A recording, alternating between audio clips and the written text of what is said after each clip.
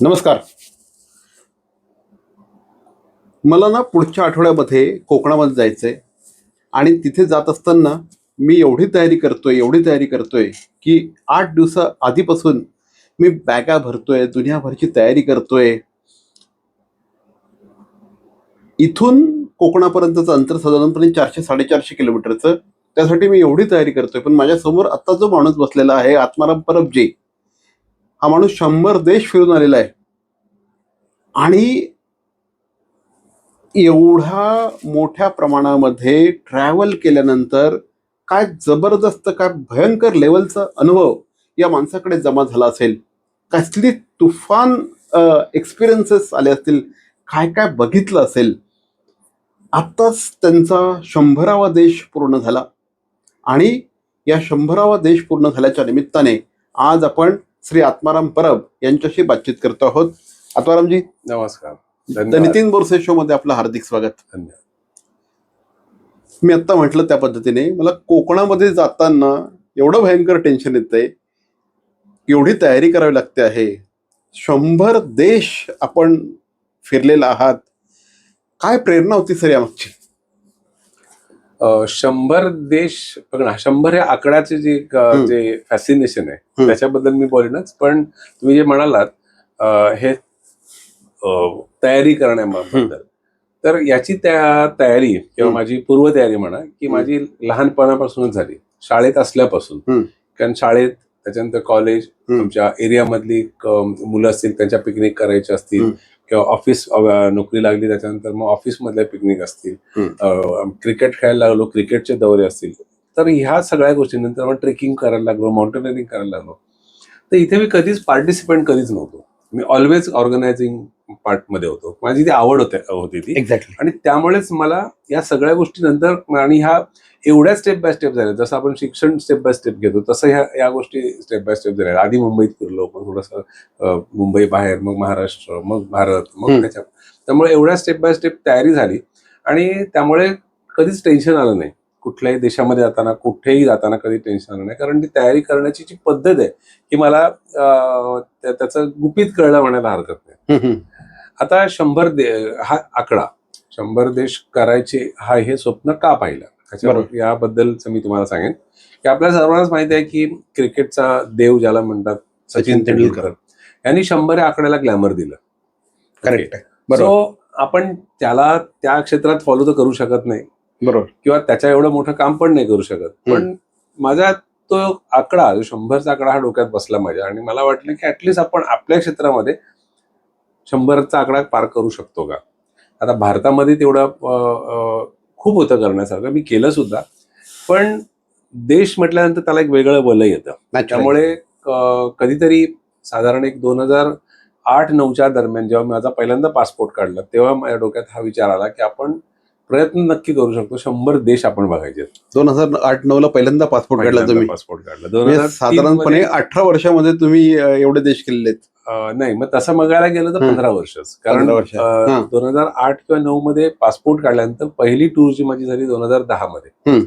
So तसं पाहिलं तर 2010 ते 2025च्या डिसेंबर मध्ये पूर्ण केलं. तर 15 किंवा 16 वर्ष आपण म्हणू. बरोबर. मला एक सांगा की जनरली ना क्रिकेटर जो असतो ना, तो 50 पर्यंत आला ना की त्याला ना 50 म्हणजे 50s मध्ये ज्यावेळेस तो येतो त्यावेळेस त्याला ते 100चे वेध लागायला लागतात. बरोबर. की येस, नाऊ आपण 100 रन करू शकतो, आपण सेंचुरी करू शकतो, हे साधारणपणे त्याला असं वाटायला लागतं. And then he starts to build his innings. Atmaram परबांना असं कधी वाटलं की आपण 100 देश करू शकतो?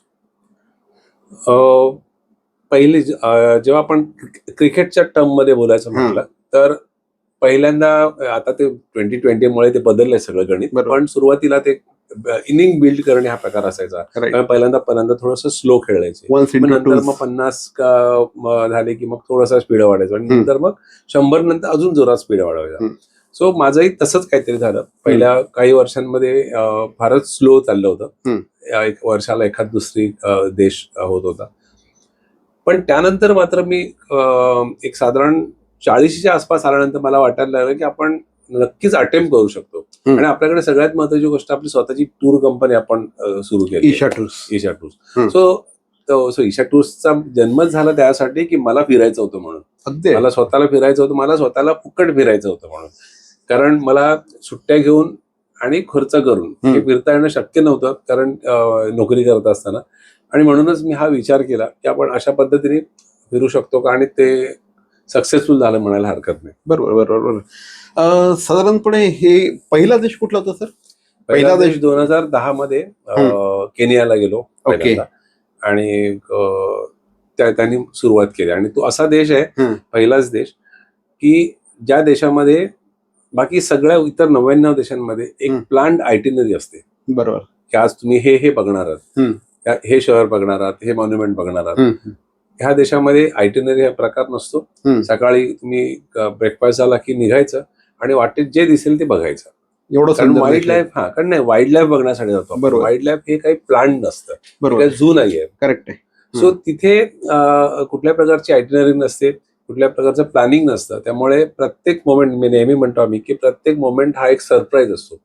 पुढच्या मोमेंटला काय दिसणार तुम्हाला काहीच माहित नसतं. इनफॅक्ट प्रत्येक जंगल सफारी हा एक सरप्राईजच असतो. सरप्राईज असतो. त्यामुळे वळणावर काय दिसणार काहीच माहिती नसतं. आणि गंमत म्हणजे तोच पहिला देश माझा सगळ्यात जास्त वेळा मी पाहिलेला देश आहे. काय बोलताय? आतापर्यंत मी 23 वेळा गेलोय केनियामध्ये. आणि कधीही त्याचा कंटाळा आला नाही. कारण तेच म्हटलं, आपल्याला प्रत्येक मोमेंटला काय दिसणार हे माहित नसल्यामुळे त्याची गंमत वाटते. तुमचा पासपोर्ट ग्रंथ झाला असेल ना आतापर्यंत? हो, बरेच पासपोर्ट झालेत माझ्याकडे. आणि पासपोर्ट तर आहेतच, पण त्या व्यतिरिक्त माझा अजून एक छंद आहे बऱ्याच गोष्टी जमवण्याचा. त्याच्यामध्ये बऱ्याच प्रकारच्या, मी वेगवेगळ्या देशांमध्ये गेलो, त्या सगळ्या कॅप्सचं कलेक्शन आहे माझ्याकडे, हॅट्सचं कलेक्शन आहे. त्यानंतर मग अनेक प्रकारचे बेल्सचं कलेक्शन आहे, गणपतीचं कलेक्शन आहे. माणसांचं कलेक्शन तर आहेच, कारण माणसं तर खूप जोडली आहेत आणि खूप मोठ्या प्रमाणावर मी स्वतःला श्रीमंत समजतो. बरोबर. आणि त्याच्याबरोबर अजून एक छंद जोपासला किंवा गोष्टी जमा केल्यात, ते म्हणजे मी आतापर्यंत केलेल्या प्रवासातले सगळे बोर्डिंग पासेस. जवळजवळ 4000 बोर्डिंग पासेस माझ्याकडे आहेत आणि ते सगळे इंटॅक्ट आहेत. हो, बापरे. म्हणजे 4000 वेळेस तुम्ही आतापर्यंत विमान प्रवास केलेला आहे. आई शपथ, क्या बात आहे. मला सांगा सर, हा प्रचंड एक्साइटिंग गोष्ट आहे की म्हणजे ना, असं म्हटलं जातं की केल्याने देशाटन. तुम्ही जेवढे फिराल तेवढा तुम्हाला प्रचंड अनुभव मिळत जातो. सर, 100 देश फिरल्यानंतर असं म्हटलं जातं की केल्याने देशाटनातून प्रचंड मोठ्या प्रमाणात अनुभव मिळतो. मला सांगा, एवढे देश तुम्ही फिरला आहात, आता सांगितलं 4000 बोर्डिंग पासेस जमलेले आहेत. काय जबरदस्त लेवलचा अनुभव आला असेल सर. काय प्रचंड माणसं भेटली असतील. किती काय काय एक्सपिरियन्स, तुमची पोतडी अशी एक्सपिरियन्सेसनी, अनुभवांनी भरलेली असेल पूर्ण.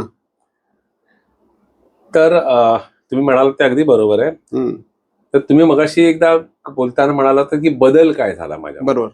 हा एक महत्वाचा प्रश्न आहे माझ्यामध्ये. खूप लोक विचारतात की तुझ्यात काहीच बदल नाही झालाय, ना पर्सनॅलिटीमध्ये ना स्वभावामध्ये. त्याचं मुख्य कारण आहे की तुम्ही जे म्हणालात, केल्याने देशाटन, पंडित मैत्री सभेत संचार, हे जे सुभाषित आहे हे मी जगतो. कारण मी पुस्तकी अभ्यास खूप केलेला नाही, पण जगाचा अभ्यास केला. आणि ते करताना मी अनेक लोकांना सोबत घेऊन तो अभ्यास केला. त्यामुळे माझ्यामध्ये लोकही म्हणतात की तुझ्यात कसलाच बदल नाही झाला.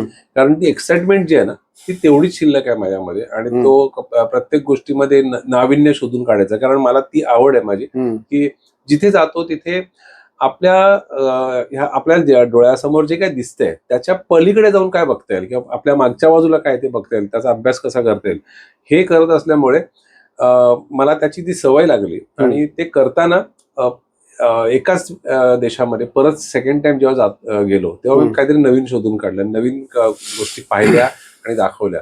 त्यामुळे माझ्यामध्ये तशा प्रकारचा बदल झाला नाही. लोक आजही म्हणतात की एवढ्या सगळ्या गोष्टी अचीव्ह केल्यानंतर पाय जमिनीवर कसे, हा प्रश्नच होते का, हा असाच प्रश्न असावा की पाय जमिनीवर कसे.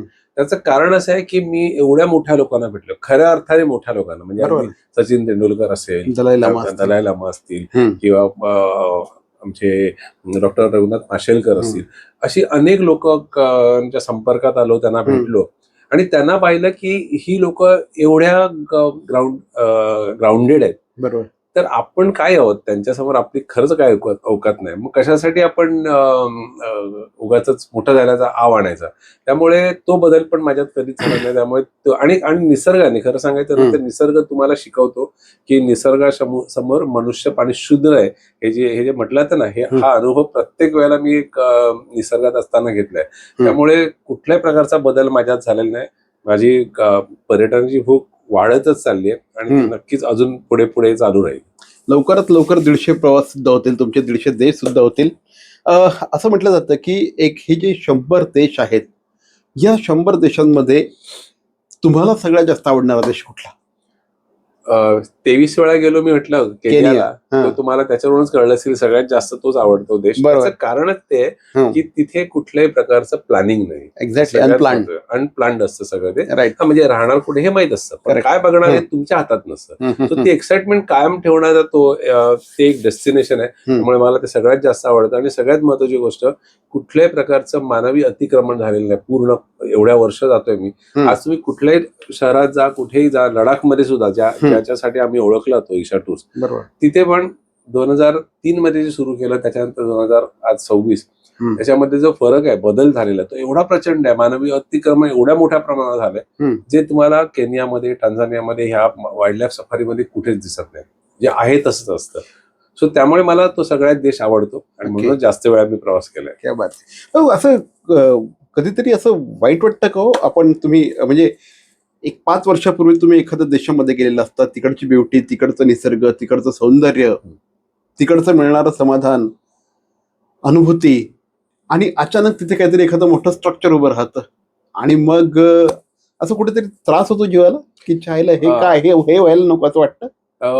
हा अनुभव मी लडाखमध्ये घेतलाय आणि घेतोय. गेली 10 वर्षांमध्ये हा अनुभव घेतोय. कारण लडाखला एक वेगळं सौंदर्य आहे, वेगळेपण आहे, जे जपायला पाहिजे होतं. जे सरकारचं काम असतं खरं तर, आणि त्याचबरोबर आपलं सर्वसामान्य माणसांचं पण काम असतं, जनतेचं पण. तर तिथे ज्या पद्धतीने डेव्हलपमेंट होते ती फार चुकीच्या पद्धतीने होते. कारण एखादा प्रदेश एक सस्टेन करण्यासाठी जी काय इकोसिस्टम लागते किंवा जे काय नॅचरल रिसोर्सेस लागतात, त्याच्या खूप पलीकडे जाऊन तिथे जेव्हा डेव्हलपमेंट होते, तेव्हा मग निसर्गाचा ऱ्हास व्हायला सुरुवात होते. बरोबर. तर ते होऊ नये असं फार वाटतं. आणि सगळीकडेच आहे हे, फक्त लडाख बद्दल नाही म्हणत आहे मी. कुठल्याही निसर्गरम्य ठिकाणी निसर्गाचा ऱ्हास होईल अशा गोष्टी व्हायला नाही पाहिजेत. पण अनफॉर्च्युनेटली त्या आपल्या हातात नाही. आम्ही फक्त मत व्यक्त करू शकतो, त्याच्या पलीकडे काय फक्त आणि वाईट वाटून घेऊ शकतो, त्या पलीकडे काही नाही. भूतानला गेलो होतो आणि आजही तिथे 72% जंगल त्यांनी कायद्याने राखलेलं आहे. त्यामुळे आतापर्यंत मी ज्या वेळेस भूतानला गेलो, त्या वेळेस तिथे गेल्यानंतर एवढं सुंदर वाटतं, एवढं छान वाटतं की अजिबातच मानवी अतिक्रमणच नाहीये. आणि तुम्ही तिथे फिरताना ऑक्सिजन ज्या प्रकारचा तुम्ही इनहेल करता, त्यातून तुम्हाला जाणवतं की तुम्ही हे काहीतरी वेगळं करत आहात नॅचरली. आता मला एक तुमच्या प्रवासाबद्दल बोलताना एक असतं की प्रत्येक देशामध्ये गेल्यानंतर आपल्याला तिथे काहीतरी शिकायला मिळतं. कुठेही आपण पर्यटनाला गेलो की आपल्याला तिथे काहीतरी शिकायला मिळतं. तुम्ही 100 देश फिरलेला आहात. प्रत्येक देशामधून जर का आपण म्हटलं की मला हे शिकायला मिळालं, पण ह्या 100ही देशांमधून एक अशी काय कॉमन गोष्ट आहे की जी तुम्हाला शिकायला मिळाली? पर्यटन दृष्ट्या जर पाहिलं तर सगळ्यात छोटे देश, जे खरं तर आपल्या भारताच्या खूप मागे आहेत खरं. बरोबर. पण पर्यटन दृष्ट्या त्यांनी एक छोटीशी गोष्ट आहे, त्याला इन्फ्रास्ट्रक्चरचा वापर करून मोठी केली. त्याला लार्जर दॅन लाईफ स्केल आणला. आणि त्यामुळे काय झालं की जिथे एखादी गोष्ट तिथे गेल्यानंतर आपले पर्यटक सुद्धा म्हणतात हे तर आपल्याकडे ह्याच्यापेक्षा कितीतरी सुंदर आहे, पण आपण त्याला प्रमोटच नाही केलं. तर हे खरंच शिकण्यासारखं आहे की लहानातल्या लहान गोष्ट फक्त त्याचे मार्केटिंग करून आणि त्याच्याबरोबर प्रॉपर इन्फ्रास्ट्रक्चर डेव्हलप करून, म्हणजे अगदी त्या ठिकाणी व्हीलचेअरवर सुद्धा माणूस जाऊ शकतो, अशा प्रकारच्या इन्फ्रास्ट्रक्चर डेव्हलप करून, चांगले रोड्स, चांगल्या सोयी, टॉयलेट्स, बाथरूम, ह्या सगळ्याच्या सोयी ह्या अगदी छोट्याच्या छोट्या देशांमध्ये सुद्धा केलेले आहेत. म्हणजे अगदी मी तुम्हाला सांगेन की अगदी व्हिएतनाम अलीकडच्या काळामध्ये, अगदी व्हिएतनाम बरोबर. असेल, कंबोडिया असेल, बरोबर. अगदी लहान लहान देश की जे खरं तर एक 10 वर्षापूर्वी कुठेच नव्हते कुठेच नव्हतं. टुरिझम बरोबर. सेक्टरमध्ये. पण आज त्यांनी स्वतःला खूप मोठ्या स्केलवरती आणलंय आणि हजारोंच्या लाखोंच्या संख्येने लोक Exactly. जगभरातून येतात. So exactly. त्याचं मुख्य कारण हेच आहे की त्यांनी उभं Infrastructure. केलेलं इन्फ्रास्ट्रक्चर. म्हणजे त्या बाना हिल्सचं उदाहरण सर एकदम भारी आहे. व्हिएतनामला हो. वाना हिल्सचं उदाहरण भारी आहे. म्हणजे तुम्ही कितीही शारीरिकदृष्ट्या तुम्ही फिट नसलात तरी तुम्ही वरपर्यंत जाऊ शकता. पर्यंत जाऊ शकता. हो. अगदी शेवटी त्यांनी जे काही ते फेनिक्युलर रेल्वे त्यांनी केलेली की प्रत्येकाने तिथपर्यंत हो. पोहोचावं हा त्यांचा प्रयत्न आहे. आपले पण जे काही आहे तेवढे शिवाजी महाराजांचे गडकिल्ले आहेत तिथपर्यंत जाण्यासाठी जर का योग्य प्रकारचं इन्फ्रास्ट्रक्चर डेव्हलप झालं तर कदाचित ह्या सगळ्या गडकिल्ल्यांवर प्रचंड मोठ्या प्रमाणात पर्यटन भरेल. काय वाटतं सर? भारतामध्ये काय नाहीये टुरिझम पॉईंट ऑफ व्ह्यू पाहिलं तर सगळंच आहे. सगळ्या गोष्टी ज्या जगात आहेत त्या सगळ्या गोष्टी आहेत. फक्त नॉर्दर्न लाईट दिसत नाहीत किंवा हे केनिया टांझानिया सारखं वाईल्ड लाईफ त्या लेवलचं नाहीये. पण आपलं एमपी आहेच की. नाही बाकी आहेच. आपल्याकडे टायगर्स आहेत, सगळ्यात बरोबर. important गोष्ट टायगर्स आहेत. हं. पण तो जो स्केल असतो ना बरोबर. केनिया टांझानिया मधला स्केल कसा आहे 18-20 लाखच्या संख्येने प्राणी असतात तिथे. बरोबर आहे. पण किंवा तुमच्याकडे मगाशी आता म्हटलं त्याप्रमाणे नॉर्दर्न लाईट्स आपल्याकडे बघता येत नाहीत, मिड नाईट सन बघता येत. पण बरोबर. त्याच्या व्यतिरिक्त जर तुम्ही 100 मार्क हे काढले, पॉईंट्स काढले तर 95 पॉईंट्स आपल्याकडे आहेतच ना आणि खूप चांगल्या लेवलचे आहेत. पण पुन्हा तेच गाडी तिथेच अडकते आपली. आणि खरं तर आपला सगळ्यात महत्वाचा टुरिझम इंडस्ट्री ही सगळ्यात महत्वाची इंडस्ट्री भारतामध्ये होऊ शकते. एक्झॅक्टली. पहिल्या 5 मध्ये खरं तर असायला पाहिजे. एवढं आपल्याकडे रिसोर्सेस आहेत पण अनफॉर्च्युनेटली ते नाही. आपल्याकडे हिमालय पण आहे, आपल्याकडे डेझर्ट सुद्धा हो. आहे, आपल्याकडे प्रचंड मोठी किनारपट्टी आहे. एकदा कोकणाबद्दल तुम्हीच बोलताना म्हणाला होतात की कोकणातले फक्त एक सिंधुदुर्ग जिल्हा हा अनेक यांना भारी पडू शकतो. म्हणजे एक सिंधुदुर्ग जिल्हा केरळ रत्नागिरी. आणि गोवा, केरळ बरोबर. आणि गोवा या 2 स्टेट्सना कम्पीट करू शकतो. Exactly. एवढं पोटेन्शियल आहे. बरोबर. अनफॉर्च्युनेटली आपण ते नाही करत आहोत. करेक्ट. ठाणे महानगरपालिकेचे मालमत्ता कर म्हणजेच प्रॉपर्टी टॅक्स भरण्याचे आवाहन. सन 2022-23 या आर्थिक वर्षाचे मालमत्ता कराचे म्हणजेच प्रॉपर्टी टॅक्सचे बिल ठाणेकर करदात्यांना महापालिकेमार्फत आर्थिक वर्षाच्या सुरुवातीस म्हणजेच माहे एप्रिल 2022 मध्ये देण्यात आलेले आहे. तथापि अद्यापही काही करदात्यांनी मालमत्ता कर महापालिकेकडे जमा केलेला नाही. सध्या आर्थिक वर्षाचा अंतिम टप्पा सुरू झाला आहे. मालमत्ता कर वसुलीसाठी महापालिकेतर्फे कडक कारवाई हाती घेण्यात आली आहे. या अंतर्गत जंगम मालमत्ता, टीव्ही, फ्रीज, वाहन व इतर जप्त करणे तसेच स्थावर मालमत्ता वॉरंट बजावून जप्त करण्यात येत असून मालमत्तेचा जाहीर विक्रीद्वारे लिलाव करून कराची रक्कम वसूल करण्यात येत आहे. मालमत्तेस पाणी पुरवठा करण्यात येणारे नळ संयोजन खंडित करण्यात येत आहेत. त्याचप्रमाणे थकीत मालमत्ता करावर 2% व्याज आकारले जात असल्याने भरावयाची रक्कम वाढत आहे. आपला मालमत्ता कर propertytax.thanecity.gov.in या लिंकद्वारे तसंच गुगल पे, फोन पे, पेटीएम याद्वारे ऑनलाईन पद्धतीने करण्याची सुविधा उपलब्ध करून दिली आहे. शनिवार, रविवार व सार्वजनिक सुट्टीच्या दिवशी नागरिकांना मालमत्ता कर भरणे सोयीचे व्हावे याकरता महापालिकेचे मालमत्ता कर संलग्न कार्यालय या दिवशी कार्यान्वित ठेवण्यात आलेले आहे. तरी मालमत्ता कर वसुलीची अप्रिय कारवाई टाळण्याच्या दृष्टिकोनातून मालमत्ता कर भरून महापालिकेस सहकार्य करावे. धन्यवाद. भवानी ज्वेलर्स ठाणे पारंपरिक आणि आधुनिक दागिन्यांचा अप्रतिम संगम. प्रत्येक स्त्रीची पहिली पसंती भवानी ज्वेलर्स ठाणे. नक्की भेट द्या. CP Goenka International School, nurturing talent at young age for scholastics, sports and performing arts in global perspective. Proud to have world toppers and country toppers in 10th standard Cambridge examinations. Ranked the best emerging school by the Times of India for personality over percentage. CP Goenka is the intelligent choice. Sir, हे जे तुम्ही 100 देश फिरलेला आहात, देश हा फक्त तिकडच्या निसर्गाने बनत नाही तर तिकडच्या लोकांमुळे बनतो, बरोबर. ते तिकडच्या लोकांच्या स्वभावामुळे बनतो. काही लोकांमध्ये आदरातिथ्य हे त्यांच्या रक्तात असतं. हो. They are very eager to welcome their guest. असे कुठले देश तुम्हाला जाणवले की जिथे प्रचंड मोठ्या प्रमाणात आदरातिथ्य आहे, जिथे लोकांमध्ये असं आदरातिथ्य ठुसठुसके भरलेलं आहे? त्यात सुद्धा पुन्हा मी केनिया आणि टांझानिया किंवा आफ्रिकन देशांचं नाव घेईन. मी असं नेहमी म्हणतो की त्यांचा रंग जेवढा डार्क तेवढंच त्यांचं मन स्वच्छ आहे. आणि युरोपमध्ये गेलात तर रंग जेवढा उजळ तेवढं त्यांची मन एकदम एक्झॅक्टली अपोजिट आहे. कारण तिथे हॉस्पिटॅलिटी, टुरिझम मध्ये हॉस्पिटॅलिटीला खूप जास्त महत्व आहे. प्रचंड महत्व. पण युरोपियन कंट्रीजमध्ये तुम्हाला एक ती वागणूक दिली जात नाही टुरिस्टना. कदाचित ते नॉट ओनली इंडियन म्हणून नाही, त्यांच्याकडे ती पद्धतच नाहीये. ओके. त्यांच्याकडे खूप मेकॅनिकली सगळं होतं. बरोबर. आपल्याकडे आपण जास्त भावनिक दृष्ट्या काम करतो. भारतामध्ये असेल किंवा आपल्या साऊथ ईस्ट एशियन कंट्रीजमध्ये असेल, आफ्रिकन कंट्रीजमध्ये असेल, ही सगळी लोक एवढं आदरातिथ्य मनापासून करतात. ते जाणवतं, चेहऱ्यावर त्यांच्या जाणवतं की हे नाटक नाही करत आहेत, एक्झॅक्टली, हे ऍक्टिंग करत नाहीत. तो खूप मोठा फरक आहे. मला तो फरक खूप नेहमी जाणवतो आणि तो नेहमी मला त्याची अनुभूती पण मिळते प्रत्येक वेळेला जेव्हा जेव्हा जातो तेव्हा. तुमच्या बोलण्यावरनं असं वाटतंय की तुम्ही केनिया, टांझानियाच्या अक्षरशः प्रेमात आहात. त्याचं कारण आहे की एकतर मी नेचर लव्हर आहे. बरोबर. वाईल्ड लाईफ मला आवडतं आणि वाईल्ड लाईफ आवडण्याचं मुख्य कारण तेच आहे की त्याच्यामध्ये कोणत्याही प्रकारचं अतिक्रमण नसतं. त्यामुळे ते आहे तसं बघता येतं.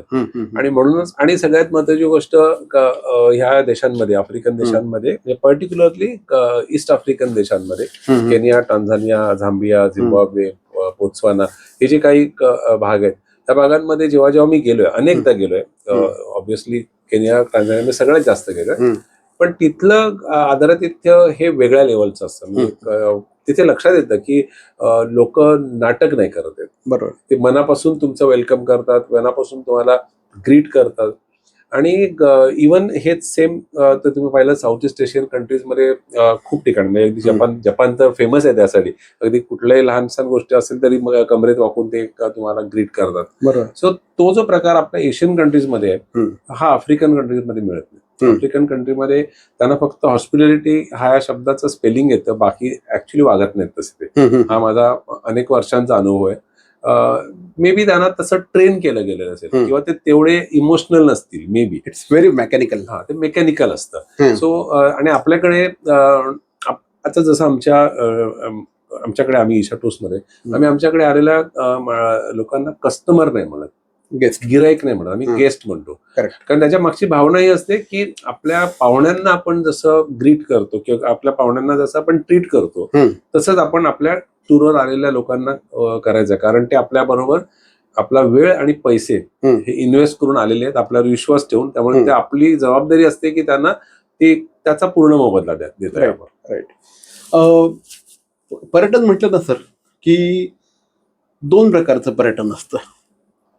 आता मला तर असं वाटतं की आपले 5-6 चांगले मित्र असतील, फॅमिली बरोबर असेल, देन माझ्यासाठी हॉटेल वगैरे काही असं फार मॅटर करत नाही.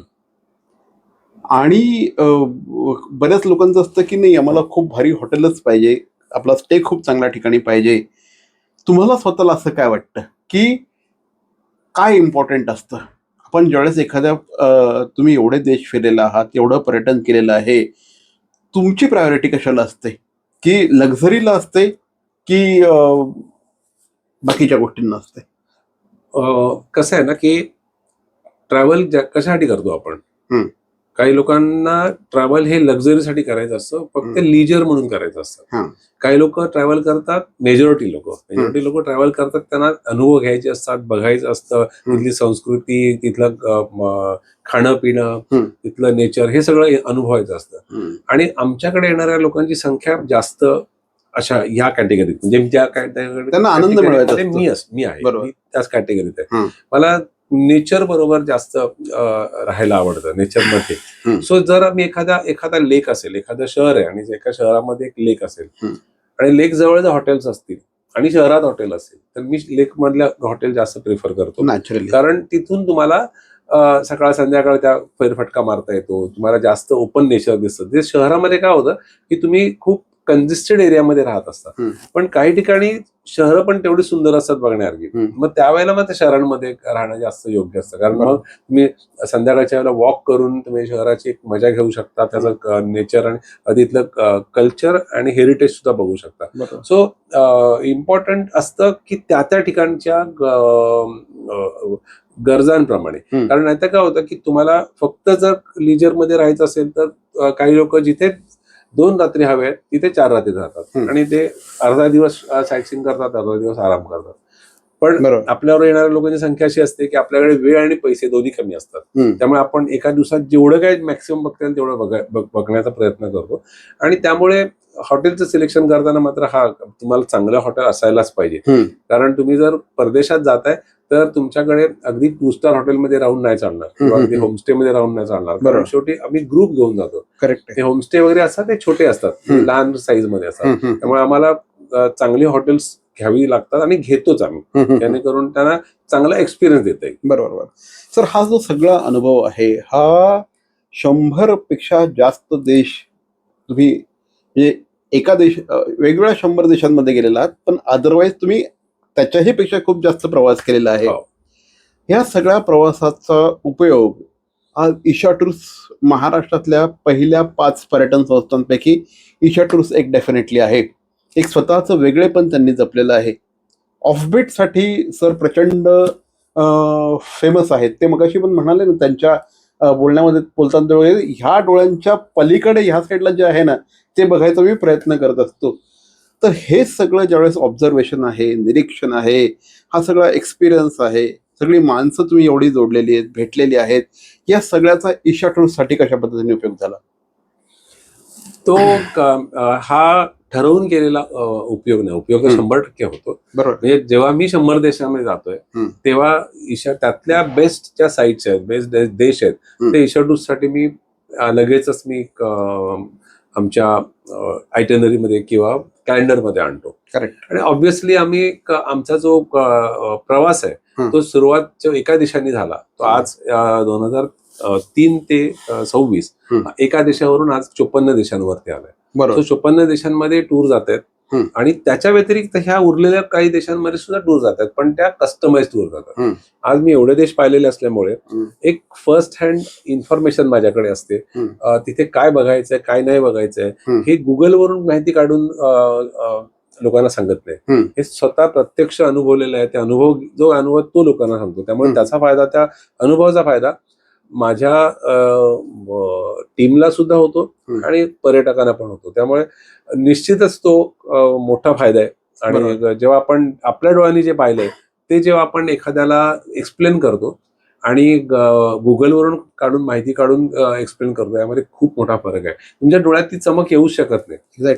एखाद्या गोष्टीबद्दल सांगताना ती चमक येऊच नाही शकत जर तुम्ही अभ्यास करून केलेला असेल. एक्झॅक्टली. म्हणजे एखाद्या देशामध्ये आपण, म्हणजे माझी सवय आहे रोज सकाळी मी कुठला तरी ट्रॅव्हल चॅनल बघणं, हा माझी सकाळच्या वेळेची माझी सवय आहे.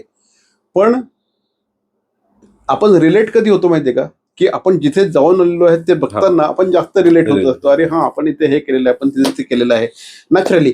पण आजही असे अनेक लोक आहेत की ज्यांना असं वाटत राहतं की नाही बाई, ये परदेश प्रवास इट्स नॉट माय केक, हे आपलं नाहीये. अशा लोकांना काय सांगाल की हे किती अवघड असतं किंवा काय काळजी घेतली पाहिजे? नाही, आता कसं आहे ना की त्याला 2 हे असतात. एक काही लोकांचं असतं की माझ्याकडे आर्थिक पाठबळ नाही किंवा शक्यता नाहीये किंवा माझी तब्येत साथ देत नाही. तर हे बऱ्याच लोकांचे ना हे स्वतःच ठरवलेले काही हे असतात, म्हणजे स्वतःला एका बंद करतात एका पर्टिक्युलर विचारांमध्ये. सो अलीकडच्या काळात म्हणजे पॅन्डेमिकच्या नंतर हा एक कन्सेप्ट येतोय. त्याच्यामध्ये डाय विथ झिरो, डाय एम्प्टी, किंवा आयुष्य जे जगतोय आपण, हे आयुष्य श्रीमंत जगायचं. तुम्ही श्रीमंत मरण्यापेक्षा आयुष्य श्रीमंत जगा. म्हणजे आज माझ्याकडे अनेक प्रॉपर्टीज आहेत आणि मी त्याचा उपभोग घेत नाहीये. तुम्हाला लागणार एकच आहे ना फ्लॅट, तुमचे 3 फ्लॅट असतील त्याचा उपयोग काय? तुमच्या मुलांना त्याची जर गरज नसेल तर त्याचाही काही उपयोग नाही. त्यामुळे तुम्ही श्रीमंत जगत नाहीये, ते श्रीमंत मरतो आपण, Exactly. सर्वसामान्य माणूस. सो आता हा ट्रेंड बदलतोय आणि लोकांनी, बऱ्याच लोकांनी, माझ्या ओळखीमध्ये किंवा माझ्याबरोबर ट्रॅव्हल करणाऱ्या अनेक लोकांनी स्वतःची काही अननेसेसरी असलेली पडून असलेली जागा आहेत त्या काढल्या, त्याच्यामध्ये छान ट्रॅव्हल करतायत, छान एन्जॉय करतायत, लाईफ एन्जॉय करतायत. म्हणजे नॉट ट्रॅव्हल केलं म्हणजे लाईफ एन्जॉय केलं असं नाही, त्याच्या व्यतिरिक्त पण खूप छान आयुष्य जगता येतं, ते श्रीमंत आयुष्य जगता येतं. तर तसा तो ट्रेंड येतोय. त्यामुळे बऱ्यापैकी लोकांनी आता आज तुम्ही जर पेपर उघडून बघितलं तर त्याच्यामध्ये सगळ्यात जास्त ऍड्स ह्या ट्रॅव्हल इंडस्ट्रीच्या असतात, त्याच्यानंतर रिअल इस्टेटच्या असतात. सो त्यामुळे लोक फिरायला लागलेत आणि प्रचंड मोठ्या प्रमाणावर मोठ्या मोठ्या टूर पण करायला लागलेत. म्हणजे विचार फार केला जात नाही जो पॅन्डेमिकच्या आधी होत होता. हा मोठा बदल आहे. अनेकदा असं एक मानसिकता असते की माझ्याकडे पैसे आल्यानंतर किंवा आणखी काही वर्षानंतर मला इथे इथे फिरायचं आहे, पण त्यावेळेस बऱ्याचदा शारीरिक दृष्ट्या साथ मिळत नसते. तर ट्रॅव्हल तुमच्यामध्ये काय आहे? ट्रॅव्हल ही सगळ्या जबाबदाऱ्या संपल्यानंतर करायची गोष्ट आहे की ट्रॅव्हल ही एक आयुष्यातली अत्यंत महत्वाची अशा प्रकारची गोष्ट आहे? काय सांगाल? मी स्वतः टूर ऑपरेटर म्हणून हे बोलत नाही, मी टुरिस्ट म्हणून बोलतो. तुम्ही बिझनेसमन नाही, मला माहिती आहे, म्हणून तुम्हाला हे प्रश्न विचारतोय मी. टुरिस्ट म्हणून मी हे गोष्ट नक्की सांगू शकतो की केल्याने देशाटनं, हा हे जे म्हणतो ना आपण, पंडित मैत्री सभेचा संचार, मनुष्या चातुर्य तसे फार. सो मी हा अनुभव घेतलाय. म्हणजे जेमतेम शिक्षण घेतलेला माणूस आज जगभरामध्ये 5 खंडांमध्ये ट्रॅव्हल केलं, त्या लोकांशी डील केले, त्यांच्याकडून म्हणजे प्रत्येक ठिकाणी तुम्हाला हे सगळं करायला लागतं. सो त्याचा मी नक्कीच, त्यामुळेच मी हे करू शकलो सगळं. सो मी असं सांगेन की ती खरं तर तुम्ही अगदी छोट्या प्रमाणात का होईना ते सुरू करायला पाहिजे. म्हणजे आता महाराष्ट्रात कुठेतरी आपण बाहेर फिरायला जायला पाहिजे. आपण नंतर थोडे पैसे असतील, जास्त पैसे असतील तर तुम्ही देशामध्ये फिरायला हवं. त्याच्यापेक्षा थोडे जास्त पैसे असतील तर पैसे आणि वेळ हे निघत नसतात, तुम्हाला ते क्रिएट करायला लागतात किंवा काढावे लागतात. ओके, जर मनात असेल तर ते शक्य आहे, नाही तर ते शक्य नाही. आता तुम्ही म्हणाल, मी ऍज अ टुरिस्ट सांगतोय, टुरिझम किंवा पर्यटन हे माझ्यासाठी ऑक्सिजन आहे. बरोबर. ओके, मला वाटतं की मी जर बंदिस्त घरात काम करत राहिलो ऑफिसमध्ये तर ते मला नाही जमणार, शक्यच नाही मला. माझ्यासाठी शिक्षण सुद्धा त्यातून मी शिकतो. म्हणजे आपण माणसं शिकतो, निसर्ग शिकतो, सगळं शिकतो. माझ्यासाठी अजूनही काही गोष्ट ऍडिक्शन आहे, इतर ऍडिक्शन नाही, पण हे पर्यटन हे ऍडिक्शन आहे माझ्यासाठी. आणि पॅशन तर आहेच ऑलवेज. सो या सगळ्या गोष्टी असतील ना तर पर्यटन हे खूप मस्ट आहे, ते करायलाच हवं. त्याच्यामुळे आपल्याला आपला परिसर कळतो. आज मी कधीही शक्यच नाही माझ्या हातून होणं किंवा आमच्याबरोबर ट्रॅव्हल करणाऱ्या माणसांच्या हातून होणं की तुम्ही काहीतरी चॉकलेट खाल्लं आणि तुम्ही रॅपर असं फेकून दिलं. एक्झॅक्टली, कधीच होऊ नाही शकत. कारण जगभरात एवढ्या गोष्टी पाहिल्यात ना आणि एवढी स्वच्छता पाहिली आहे की ते ऑटोमॅटिकली ते हे खिशामध्ये जातं. सिक्कीम मध्ये बघितलं होतं मी सर.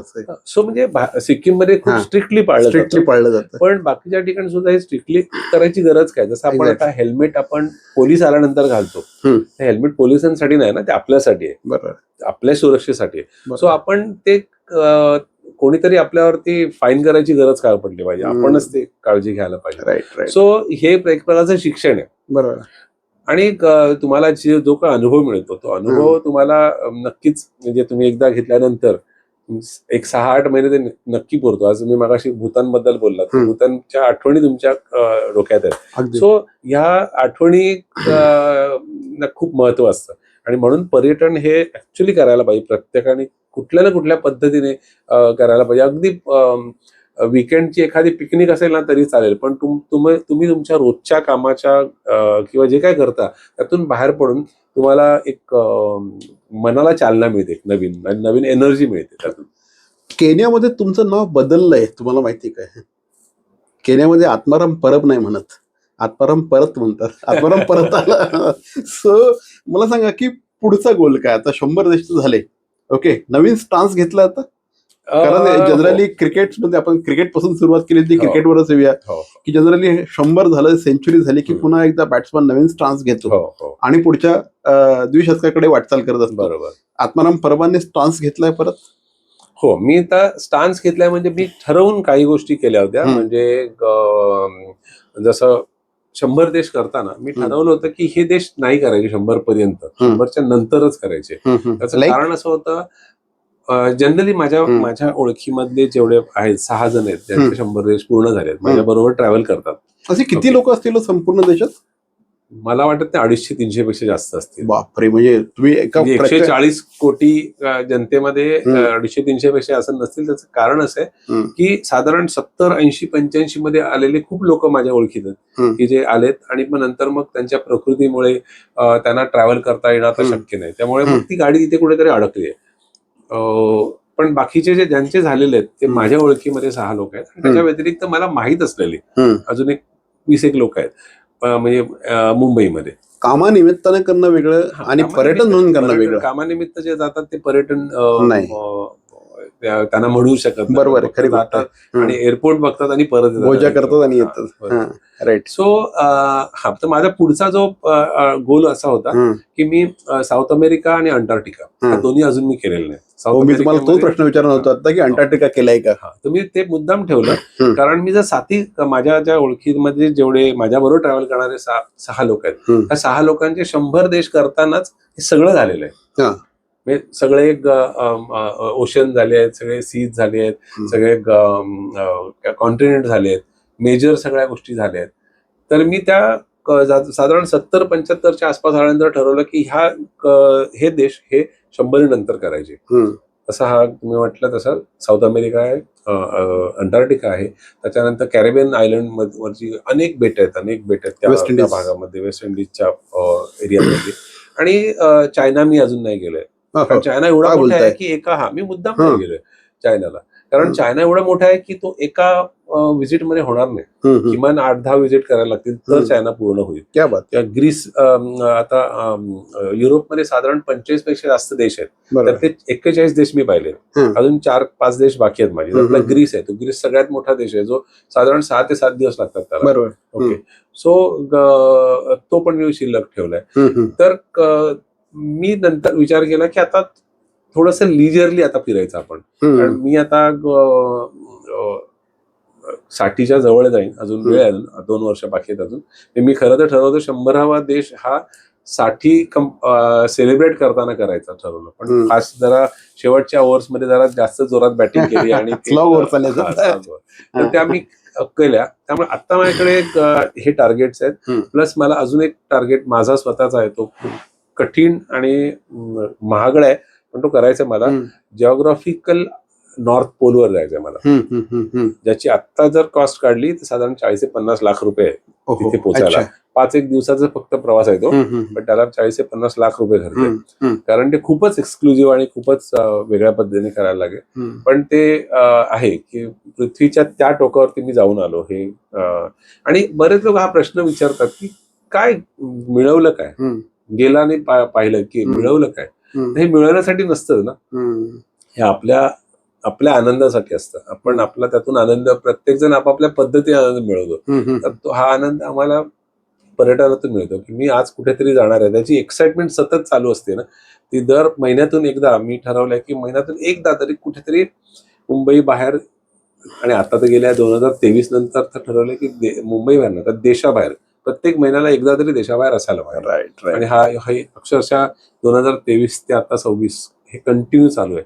कुठल्या ना कुठल्या एका देशात जाणं होतच वेगळ्या माध्यमातून. आणि खऱ्या अर्थाने जीवन जगणं म्हणतात ना, तो अनुभव मी घेतोय आणि आय एम व्हेरी हॅपी. 2-3 पुस्तकं झालेली आहेत तुमची आणि एक आत्माची डायरी आहे, प्रवास अजून सुरू आहे, लडाख प्रवास अजून सुरू आहे, आणि तिसऱ्या पुस्तकाचं नाव आत्माची डायरी, प्रवास अजून सुरू आहे, लडाख प्रवास अजून सुरू आहे, आत्माची डायरी, आणि हे प्रवासी गीत माझे. हे प्रवासी गीत माझे. या 100 देशांवरचं पुस्तक कधी येणार आहे? हो, त्याची तयारी सुरू केली आहे मी, ऑलरेडी सुरू केली आहे. पण ते पुस्तक हे अनुभवांवर आधारित असेल. करेक्ट. हे मी फक्त पर्यटन स्थळांबद्दल बोलणार नाहीये, कारण काय आहे ना की पर्यटन स्थळं सांगण्यासाठी आजकाल तुमच्याकडे गुगलवरती तुम्ही एक टाकलं AI वर एखादं टाकलं की सगळं तुम्हाला मिळतं. मिळून जातं. पण मी हे अनुभव आणि त्याचा आधार घेऊन हे पुस्तक लिहिणार आहे. सो ते तुमचं लडाखचं सुरुवात- पुस्तक खूप सुंदर आहे, हो, म्हणजे खूपच छान आहे. म्हणजे त्याचं जवळपास किती दिवस अडकले होते तुम्ही तिकडे? 17 दिवस अडकलो होतो. 17 दिवस अडकले होते आणि अक्षरशः अंगावर काटा आणणारा तो संपूर्ण त्यांचा जो एक ते प्रकरणच आहे पूर्णपणे त्याच्यामध्ये, ते अक्षरशः म्हणजे अंगावर काटा येतो की काय लेवलची डेंजर होतं ते सगळं, म्हणजे भयंकरच होतं ते. तो अनुभव फारच विचित्र होता, थरारक होता. 17 दिवसाचा तो जो थरार आहे तो खरं तर त्याच्यावर एक फिल्म करता येईल असा थरार आहे तो. आणि त्यामुळे ते जे झालं खरं तर त्यामुळेच मी पर्यटन क्षेत्रात आलो म्हणेन मी, कारण त्यानंतर मला एक कॉन्फिडन्स मिळाला लडाखमध्ये, आणि तिथूनच माझी खरं तर स्लोली सुरुवात झाली. ह्या 100 देशांचा त्यांचा हा संपूर्ण प्रवास आहे.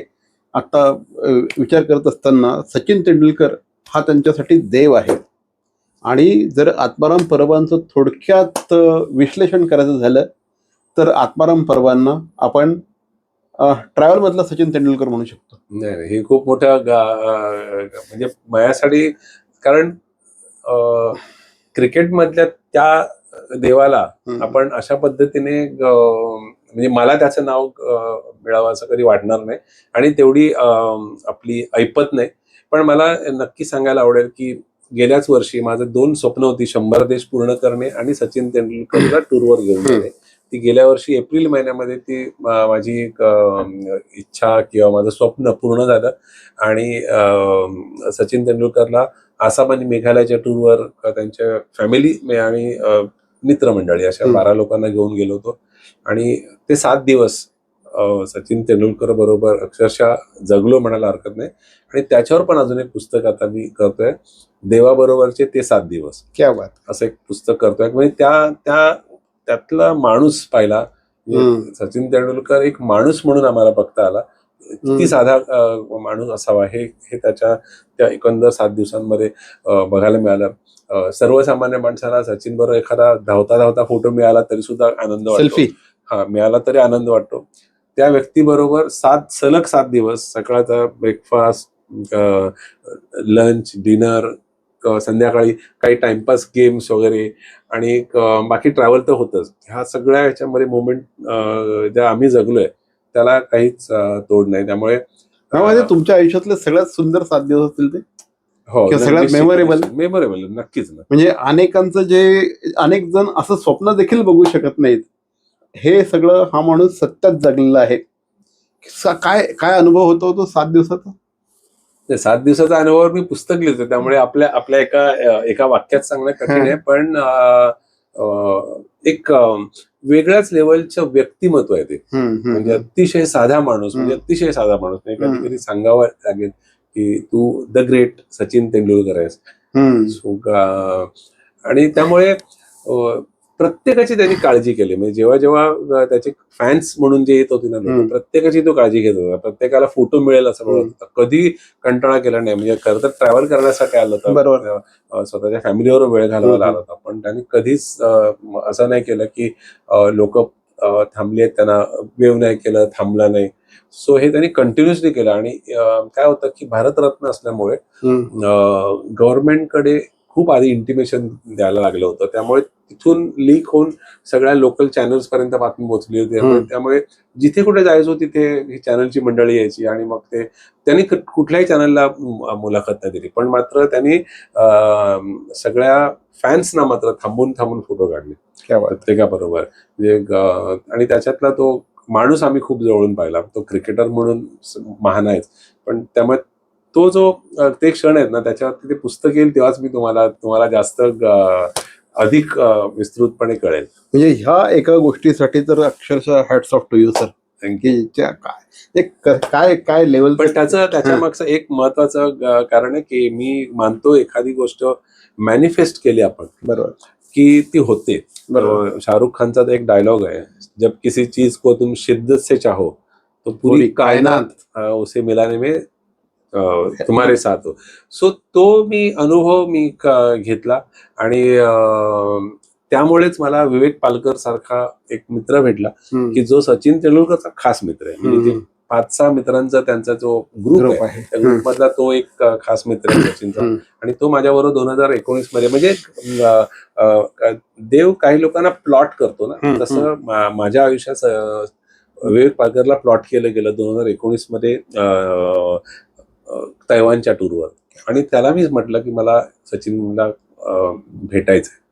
सो मला माहित नाही ते का आणि कसं, ह्याचं उत्तर मला पण माहित नाही.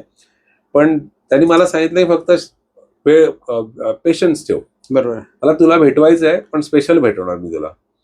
आणि त्यांनी खरंच ते केलं ते. आणि जेव्हा